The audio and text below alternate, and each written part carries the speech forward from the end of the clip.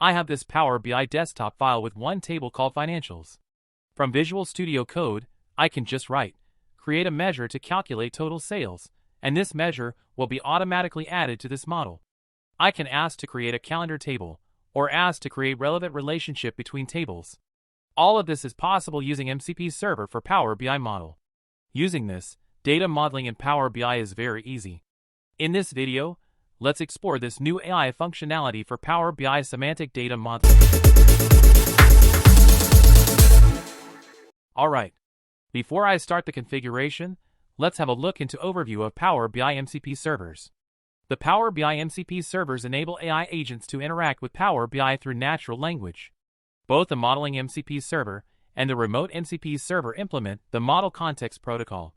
In this video, we are talking about the first one. This modeling MCP server runs locally and provides AI agents with comprehensive semantic modeling capabilities. It enables developers and AI applications to interact with Power BI models through natural language, from simple property updates to complex agentic development workflows. Now to enable this feature, we need to install the extensions. Here we can just search for the MCP and install this Power BI modeling MCP server. For the interaction, we will also add the GitHub Copilot and Copilot chat. You can even use others like Claude Desktop. With this, we are pretty much ready with the configuration, and I can just click here to start a new chat. Here you can see, it is ready to take commands from you.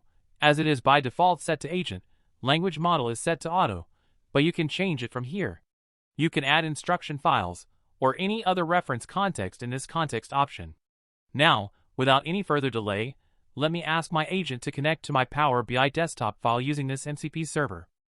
Here you can see, it is connected to the local instance of my Power BI model. I have opened the PBX file side by side. Now, let me ask to create a simple measure to calculate the total units sold. It will automatically analyze the steps to be followed and add this measure in my model. Next, I can ask to create a calendar table by adding some more descriptions to it. And as that you can see, it has created this calculated table. It is not necessary to follow any specific commands. You can just talk to it, and it will understand what you want. For example, I am asking it to modify the table to include all columns, which could be used for analyzing this data based on different parameters of date and time. I can create separate dimensions table and ask to create appropriate relationship. As said, I can just communicate in natural language, and it may even understand the intention.